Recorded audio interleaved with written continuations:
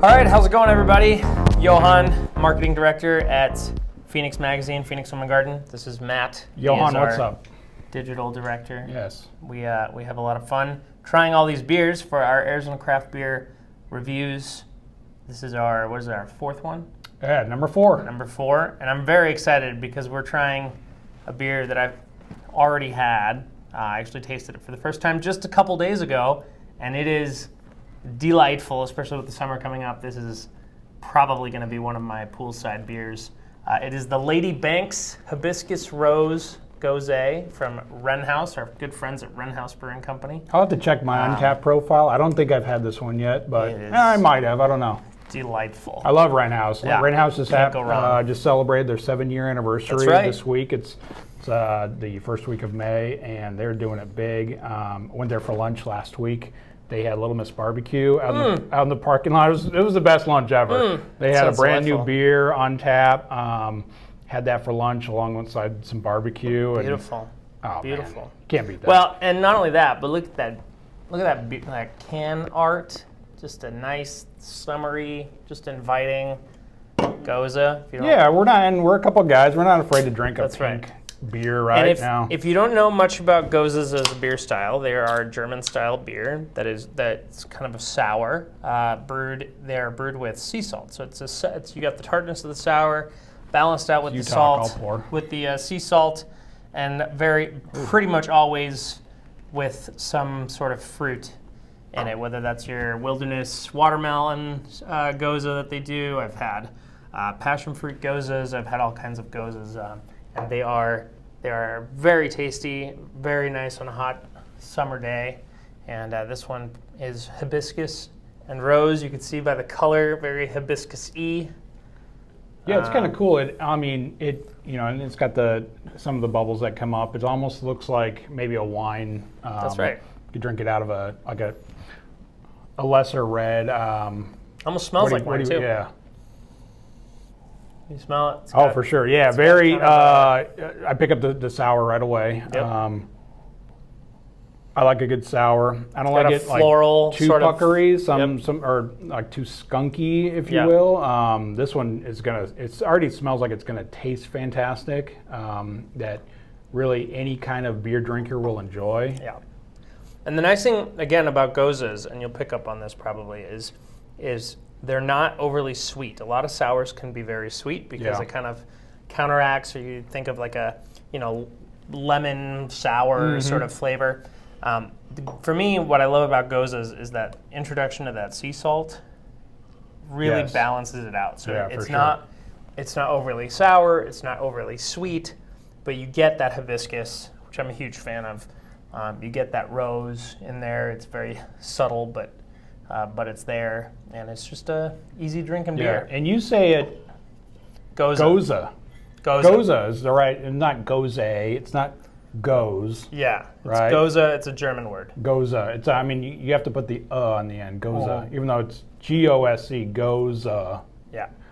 I've heard. At least that's right. Yeah. I've heard it pronounced a lot. I think you're right. I've heard it pronounced a lot of different ways. But a name like Johan, if it's a German word, there you go. Feel like, I think gose was like when these first started coming out on the scene. Gose was kind of what everyone assumed it was called. You'd have to have the accent over the e to get the gose, kind of like a rose type of deal. But gose. What do you think? That's a tasty beer, right? I'm with you. I could have this outside on a warm night as we're getting into the summer, sitting by the pool. It's super good.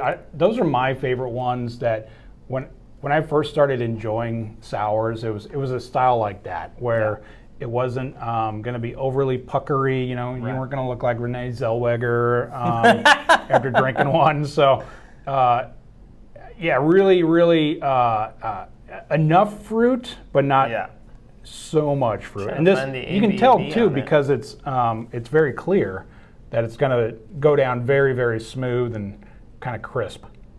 Can't find an ABV on this, can you? The Wren House can is a little hard to decipher. It might be on. It should be on there somewhere. Oh, you know what? Was that it right there?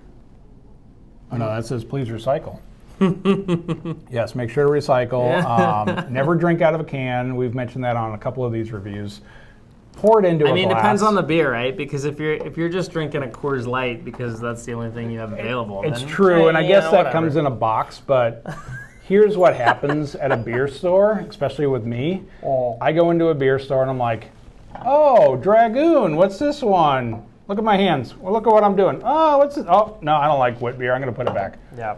Or, "Oh, what is this from State 48? Oh, you know what? I've had that one. I'm going to put it back." And then it gets "Oh, all this warm. one. I like this one. I'm going to put this in my cart and take it home." That's right. You're going to drink out? You know how many hands have been touching that when it's just a single like that? So you're right. Maybe like with a Coors Light where it comes in the package, the box, a hand is likely not touch the top of your can. But besides the germaphobe approach to it, you also get a lot more flavor out of the beer when you're actually able to expose it to the air and a little oxygenation, get that I'm a big fan, carbonation off. Release the carbonation, right? That's otherwise what you're doing also to your gut is your gut's going like this. All right, so pour it into a glass, a fine glass. You know, get some good glassware if you're a beer drinker. Don't get it in that pint glass, that shaker glass. Don't freeze them, right? Don't freeze them. So freezing glasses. He's very much against not freezing. Yeah. If you chill your glasses, if you put them in the freezer and you get that icy look to them, as soon as you put the beer in, it's going to shock that carbonation out of the beer, and then that's going to compromise the flavor of the beer. Yeah. So you want a room temperature glass, a nice cold can. Pour it in, let it breathe, and if you want to get super fancy and you want to go down that like wino route, give it a good sniff before you take a taste. Yeah. Because the aromas do change the way you interpret the flavor as it hits your taste buds, and then let it pass over your tongue. Swallow it, and that's where you get all your flavors, all the different little nuances. The tongue is divided up into all these different sections that taste different things, whether it's bitter or sweet, etc. So you want it to kind of run the gamut, get a feel for the whole thing, and then get more flavor that way. And it's great that Wren House has been here now 7 years. Mm-hmm. It seems like so much longer because they produce so much great beer. Yeah, they do a lot more now because they have a great big production facility up in Prescott. Mm-hmm. So you can get a Lady Banks or a Spellbinder pretty much anywhere you go now. Yeah, they distribute pretty nicely. Yeah, and it would be really great to start seeing maybe a Spellbinder at a sporting arena. Suns, D-backs. Start thinking about Wren House maybe. Speaking of sporting arenas, they're definitely going to take our advice. We might be doing a craft beer festival where an NFL team plays. Yeah, hopefully by the time this video releases, we will have announced it officially. But the Arizona Craft Beer Festival coming up October 22nd at the Heritage at Sportsman's Park. That's what it's called, Heritage at Sportsman's Park. Right there where the Cardinals play, right? Right by the Cardinals play. We're very excited to bring that beer festival to the West Side because I know the West Side doesn't get a whole lot of beer festivals as of late. So it's going to be a celebration of all Arizona beers. Think Great American Beer Festival Awards, but for Arizona beer specifically. We're also kind of going to be introducing some of the winners of our Best of the Valley Arizona Craft Beer category winners. Go online, vote every day through May 21st. The Best of the Valley has its own special section. That's right. For craft beer awards. So obviously you have your normal, your food and drink, your people, your lifestyle, services, shopping, and pets, but we've added the beer category with probably about, I would say, almost 50 categories of beers, whether you like a double IPA, a gose, a sour, a wheat beer, whatever. I mean, we even have like barley wines and fest beers, Marzens, whatever. We can go on and on, but whatever brew you like. If it's a Lady Banks gose, vote for it. I think I already did. There you go. I think I voted for this. You're right. Like this is a great one. Hopefully, it's a mainstay that they continue to put out because this is one that you definitely want to go into the summer with. Plenty of these in your fridge.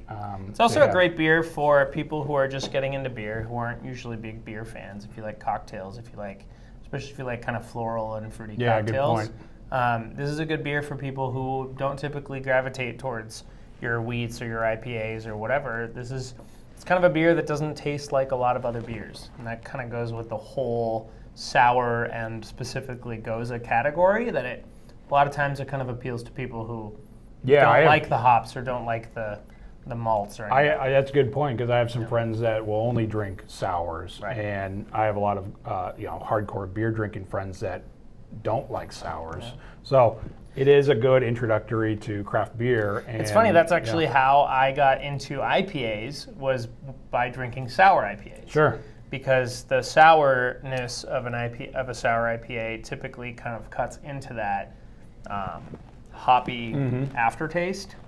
So, for instance, the one I really gravitated to at first was Epic Brewing's Tart and Juicy sour IPA. Epic out of Utah, right? Yep. Okay. And then Arizona Wilderness did their Pine Mountain Sour, which is technically a pale ale, but still kind of a hoppier flavor profile with that what is it? Juniper spruce? No, is it spruce tips? They use spruce tips. Oh yeah, for sure. Very good. But again, it's got that sour kind of finish to it. And then now I'm a huge fan of Santan's Pebblehead. Kind of same idea, even though it's not technically a sour IPA, it's so tart with all that stone fruit and all that tangerine and everything.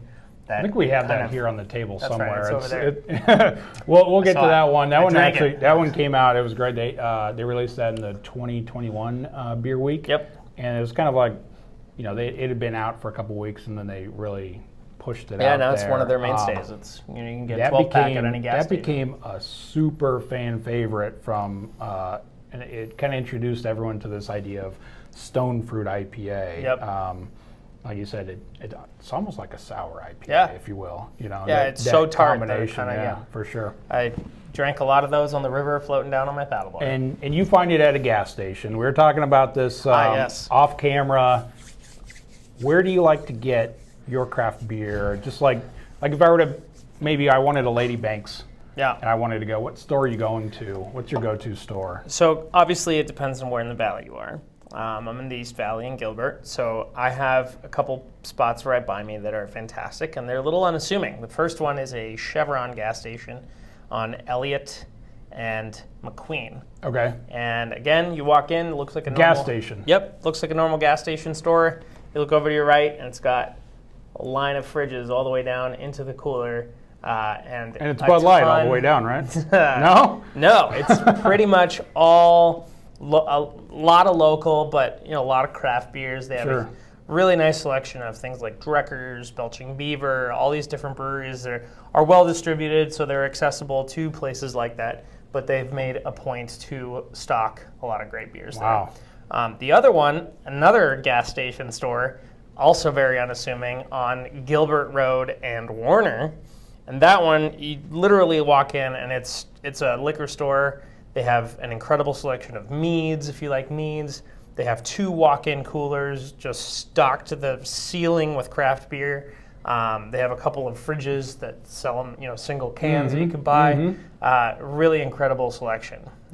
Obviously, I used to live in Tempe, so Liquor Express was my big one. Another very unassuming looking, just looks like a liquor store. It's called Liquor Express. I like Liquor Express a lot because they got a lot of good stuff. You can find like Dark Sky cans there, which is, no one else in the world's going to have those. They might have it. We could probably find some. Speaking of East Valley, I'm more of a Far East Mesa guy. I'm like Pour Wine and Tap Room. That's a great place to get it if you're out in that area. Since we're at the office, I like going to Trevor's. It's kind of on the way home. Trevor's is good. Arcadia Premium has a smaller selection, also but down the road, always has great beers. And then you got your big ones, I think, that have kind of developed their reputations as always having some great beers, and that's King's Convenience in Central Phoenix. You have Tops in Tempe. I know there's some in the North Valley that I'm not super familiar with, but I used to love going to the craft beer hop stop, and then there's also a place called craft beer quick stop. That's right. And they're like 2 miles from each other, kind of along Union Hills. Yep. And I used to get kegs and stuff from the one guy up there, and great selection there. Yeah. And we did a Simple Machine review earlier. They'll do collabs with the guy at Craft Beer Hop Stop. There was a collaboration. I can't remember who it was. I think it might have either been Tombstone. This is a few years ago. That it was the owners of all of Tops, Liquor Express, King's Convenience, and one of those guys up that you're talking about. Yeah. That all got together and did a collaboration together. Sure. On a I think it was a hazy IPA. It was very good. Nice. Yeah, it's all part of that community that I feel like is fantastic about Arizona's beer. Johan gave away his secret stores, so they're no longer secret. That's right. You can go raid the fridge there and pick up the beers that otherwise he would be buying. So. Get out there, get an Arizona craft beer. We love Arizona craft beer. That's the point of these videos, is share our love and our knowledge of what we know about places like Wren House. Yeah. Shout out the owner, Drew, doing great work. Keep cranking out good stuff like Lady Banks, and happy anniversary to them, 7 years of business, and cheers to many more.